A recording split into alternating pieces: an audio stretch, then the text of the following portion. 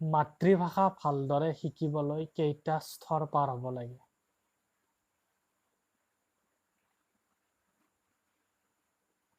তিনিটা, দুটা, চাৰিটা, পাঁচটা।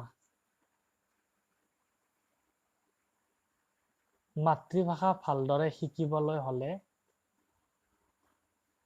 চাৰিটা স্তৰ পাৰ হ'ব লাগে। মাতৃভাষা শিক্ষাৰ ক্ষেত্ৰত শ্ৰৱণৰ দ্বাৰাই প্ৰথমে কি বুজিব পৰা যায়?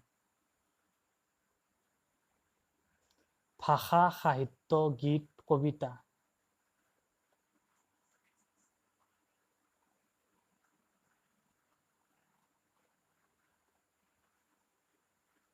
ভাষা। শিক্ষা হ'ল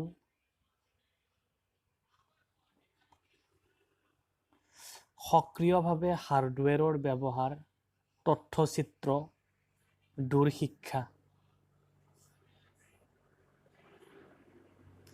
শিক্ষা হ'ল সক্ৰিয়ভাৱে হাৰ্ডৱেৰৰ ব্যৱহাৰ। শিশুক কোনো কথা শুনোৱাৰ পূৰ্বে পিতৃ-মাতৃসকল কি হ'ব লাগে?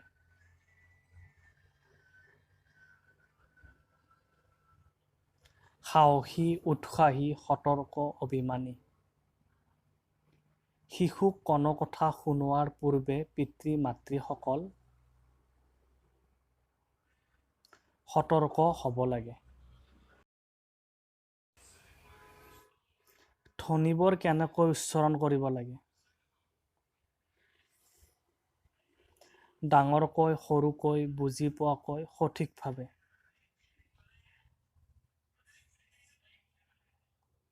ধ্বনিবোৰ উচ্চাৰণ কৰিব লাগে সঠিকভাৱে।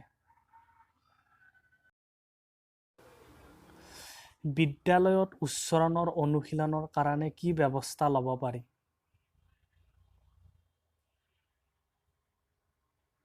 শ্ৰুতলিপি দিয়া, আবৃত্তি কৰা, পাঠ পঢ়িবলৈ দিয়া, মুখস্থ কৰিবলৈ দিয়া।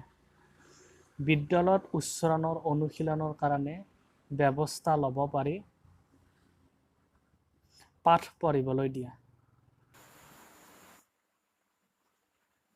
শ্ৰৱণ শক্তিৰ বিকাশৰ ক্ষেত্ৰত কিহৰ ভূমিকা আছে?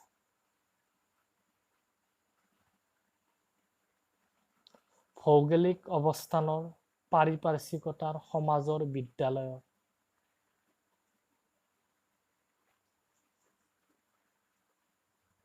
পাৰিপাৰ্শ্বিকতা।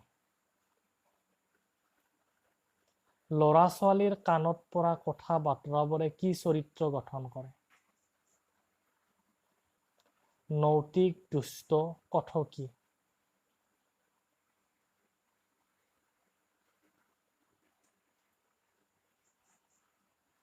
নৈতিক। কথা ক'লে কিহৰ দক্ষতা বাঢ়ে? শ্ৰৱণ শক্তিৰ, বিচাৰ শক্তিৰ, বুদ্ধি বঢ়াই, ভাষা কোৱাৰ।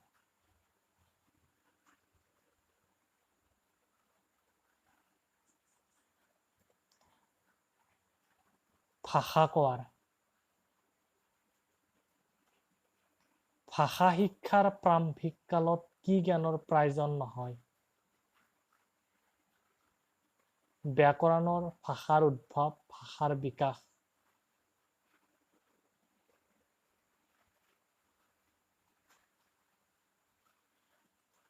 ভাষাৰ উদ্ভৱ।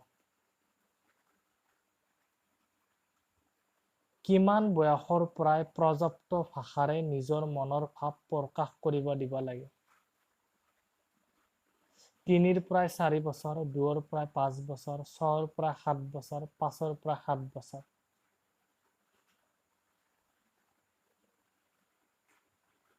2ৰ পৰা 5 বছৰলৈকে। কেৱল মাত্ৰ কি ভাষাতে মাতৃভাষা শিকা সম্ভৱ? লিখিত, বিদেশী, কথিত, উপভাষাত।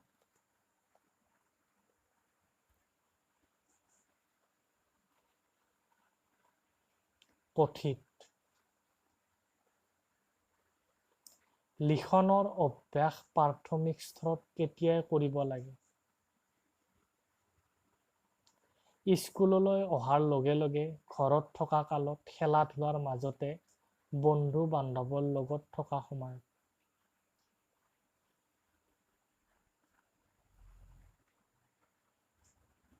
স্কুললৈ অহাৰ লগে লগে লিখন বিদ্যাই মানুহৰ কি বোধ সৃষ্টি কৰে?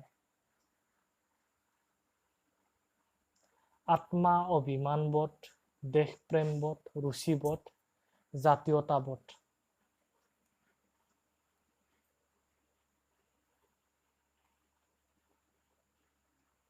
ৰুচিবোধ। হাতৰ আখৰ ভাল হবৰ বাবে কিহৰ দৰকাৰ? লিখন বিদ্যাৰ, পঠন বিদ্যাৰ, শ্ৰৱণ বিদ্যাৰ, আবৃত্তি বিদ্যাৰ।